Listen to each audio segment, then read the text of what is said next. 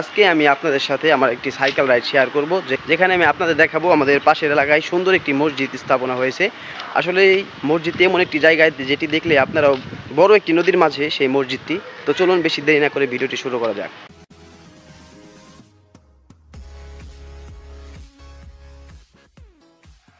হচ্ছে আমার সাইকেল, এই সাইকেল নিয়ে আজকে আমি আপনাদের সাথে রাইড শেয়ার করব। তো চলুন ভিডিওটি শুরু করি। বন্ধুরা, আজ আমি আপনাদের নিয়ে যাচ্ছি নতুন একটি জায়গায়, যেখানে নদীর বুকে তৈরি হয়েছে সুন্দর একটি মসজিদ, যেটি দেখলে আপনার প্রাণ ভরে যাবে। নদীর বুকেও যে এমন একটি মসজিদ নির্মাণ করা যায় সেটি আমাদের এলাকাবাসী দেখিয়ে দিয়েছে। আসলে মসজিদটি দেখতে খুবই অসাধারণ। মসজিদটি এমন একটি জায়গায় তৈরি হয়েছে যেটি দেখতে খুবই অসাধারণ, দেখে মনে হবে কোনো ভাসমান একটি মসজিদ। মসজিদটির পাশাপাশি আপনি এখানে দেখতে পাবেন প্রকৃতির অপরূপ সৌন্দর্য দৃশ্য, যেটি দেখলে আপনার মন প্রাণ জুড়িয়ে যাবে।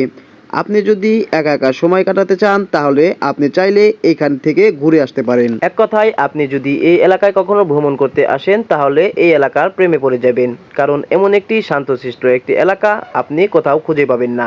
সুন্দর একটি প্রাকৃতিক সৌন্দর্য যদি আপনি উপভোগ করতে চান তাহলে এই গ্রামটি থেকে ঘুরে আসতে পারেন।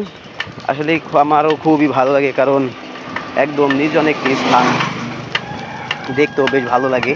দুই সাইডে গাছপালা, কোনো কোলাহল নেই, কোনো মানুষের হইচই নেই, সব কিছু মিলিয়ে একদম শান্তির একটি জায়গা, যেটি আপনারা আসলেই অনুভব করতে পারবেন। এখানে দেখতে পাচ্ছেন ফসলের জমিতে কৃষকেরা ধান কেটে নিয়ে যাচ্ছে। এই গ্রামটিতে আপনি ভ্রমণ করলে এই গ্রামের সৌন্দর্য দেখে আপনি প্রেমে পড়ে যেতে পারেন। বর্তমানে এই রোডটি হচ্ছে সব থেকে ব্যস্ততম রোড, কারণ এই রোডে আগে কোনো গাড়ি ঘোড়া চলতো না, আর এখন অনেক ব্যস্ত রোড। আপনারা দেখলেই কিন্তু বুঝতে পারবেন এখানে কী পরিমাণ যানবাহন চলাচল করে। আসলে আমাদের ফরিদপুর থেকে যাওয়ার যে বেড়িবাঁধটা আছে সেই বেড়িবাঁধ, ওইটার রাস্তা অনেকটাই ভেঙে গিয়েছে, যার কারণে কিন্তু এই ভিতরের রোডটা, এই মোহাম্মদপুর বাজার দিয়ে যে রোডটা রয়েছে, এইখান দিয়ে সরাসরি কুইনখা বা খলিমন্ডল যাওয়ার যত গাড়ি আছে সব গাড়ি কিন্তু এইখান দিয়ে ঢুকে। তো এই সামনে যে রোডটি দেখতে পাচ্ছেন, এইখান দিয়ে মূলত আমরা সেই মসজিদের ভিতরে যাব। এই হচ্ছে সেই রোড, এটি হচ্ছে ইটের রোড। যে রোডটি দেখতে পাচ্ছেন এইখানেও কিন্তু আগে কোনো রোড ছিল না। তো দেখতে দেখতে কিন্তু আমি প্রায় মসজিদের কাছাকাছি চলে আইছি। এই সামনে হচ্ছে সেই আপনাদের কাঙ্ক্ষিত মসজিদ, যেটি নদীর বুকে কিন্তু তৈরি হয়েছে। আসলে অসম্ভবকে সম্ভব করেছে আমাদের এই গ্রামবাসীরা, তাদেরকে অন্তরস্থল থেকে সালাম জানাই, যারা এই সুন্দর একটি মসজিদ স্থাপন করেছে সবাই মিলে। তো এইখানে যে রোডটি দেখতে পাচ্ছেন এইখানে কিন্তু ভেঙে গিয়েছে, এইখানে আগে রোড ছিল না। তো নদীর পাশে হওয়ার কারণে যখন বর্ষার দিন হয়, যখন বর্ষার সিজন, বর্ষার সময় কিন্তু এইখানে অনেক ভেঙে যায়, যার কারণে রোড টিকে না। আর এইবার দিয়ে কিন্তু প্রায় 5-6 বার এই রোডটি করছে। আগে কিন্তু রোড করছিল কিন্তু ভেঙে গেছে, যার কারণে আবারও কিন্তু এই রাস্তাটি মেরামত করা হয়। তো কিছুদিন যাবৎ বৃষ্টি হওয়ার কারণে কিন্তু রাস্তার অনেক জায়গায় কিন্তু অনেক ক্ষয়ক্ষতি হয়েছে। এইখানেও কিন্তু বৃষ্টির কারণে যে বৃষ্টির পানিগুলো আছে সব কিন্তু নদীর ভিতরে চলে যায় এখান দিয়ে, যার কারণে এই রাস্তাগুলো ভেঙে নদীর ভিতরে চলে গেছে। আর যদিও এখন বর্ষার দিন, সেই জন্য কিন্তু আরও চাপ বেড়ে গেছে।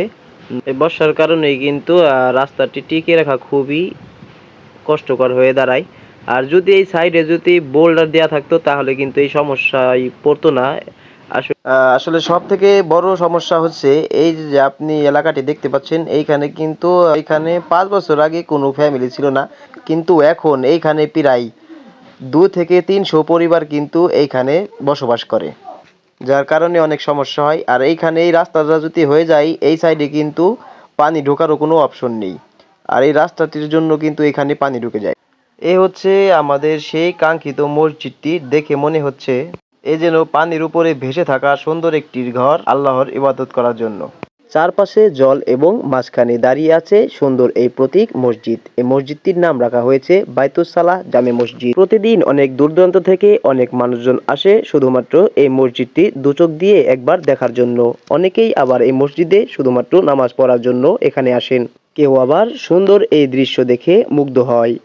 গ্রামের মানুষের সহযোগিতায় এই মসজিদটি নির্মাণ হয়েছে। সবাই মিলে কাজ করলে অসম্ভব যে কিছুই নয়, সেটির প্রমাণ হচ্ছে এই মসজিদ। আল্লাহর ঘর সব জায়গায় সুন্দর, তবে আমাদের গ্রামে নদীর বুকে তৈরি হয়েছে এই মসজিদ, যেটি আমাদের গর্বের বিষয়। আসলে এটাই হচ্ছে গ্রামের সৌন্দর্য এবং সরলতা আর বিশ্বাসে ভরা। মসজিদের এখানে কোনো লোক নেই, আর হুজুর হয়তো এখানে নেই, যার কারণে মসজিদটি আটকানো রয়েছে। সেই জন্য আজকে আমি আপনাদের ভিতরে গিয়ে কিন্তু দেখাতে পারলাম না। এইখানে কিন্তু টিউবওয়েল দেওয়া হয়েছে, আর এইখানে রয়েছে একটি টয়লেট। এলাকায় হচ্ছে মসজিদ দুইটা অলরেডি রয়েছে, কিন্তু এখানে নতুন একটি এলাকা হওয়ার কারণে কিন্তু এখানকার মানুষের অনেক সময় ঝড় বৃষ্টি, তারপর এই বর্ষার সময় মসজিদে যাওয়া কিন্তু সমস্যা হয়, যার কারণে এই এলাকার সব মানুষ উদ্যোগ নিয়ে কিন্তু এই মসজিদটি নদীর ভিতরে কিন্তু স্থাপন করেছে। দেখতে পাচ্ছেন, আসলে আমারও খুবই ভালো লেগেছে। আল্লাহর ঘর মসজিদ যেখানেই হোক কোনো সমস্যা নেই, আমাদের সকল মুসল্লিরা নামাজ পড়তে পারলেই হয়েছে, এখানে নদীর ভিতরে কোনো সমস্যা নেই। তো আপনারা যদি কেউ এই মসজিদের সাহায্য সহযোগিতা করতে চান, তাহলে আমার স্ক্রিনে দেওয়া নাম্বারে বিকাশ, নগদ সব রয়েছে, আপনারা চাইলে সাহায্য সহযোগিতা করতে পারেন। তো দেখতে পাচ্ছেন এই সাইডে কিন্তু পুরোটাই পানি দিয়ে ভরে গেছে, ওই সাইডেও একটি গ্রাম রয়েছে নদীর সাইডে। আর এখানে আসলে আপনার মন প্রাণ কিন্তু জুড়িয়ে যাবে। এখানে আসলে প্রাকৃতিক সৌন্দর্য দিয়ে ভরা একটি গ্রাম। তো পরবর্তী ভিডিওতে আমি আপনাদের আরও কিছু দেখাবো, যেটি আমার এক ভিডিওর মাধ্যমে যদি আমি দেখাতে যাই তাহলে আসলে ভিডিওটি অনেক বড় হয়ে যাবে, যার কারণে আমি এখন দেখাতে পারছি না। তো আজকের ভিডিও আমি এখানে শেষ করছি। তো সবাই ভালো থাকবেন, সুস্থ থাকবেন।